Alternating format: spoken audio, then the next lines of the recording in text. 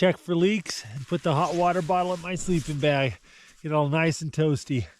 I'll tell you what, this is just one of the best snow shelters I've ever made. There's a couple key features that are really important to keeping you warm. First off, you don't want your sleeping area to be the lowest point in the shelter. The cold air tends to collect at the bottom. Another thing is you want to make sure your snow shelter has lots of corners. You don't want to allow the wind to blow straight into your snow shelter. Additionally, when you do have a corner, make a little extra room so when the wind comes down, it goes past the door instead of being funneled into the door.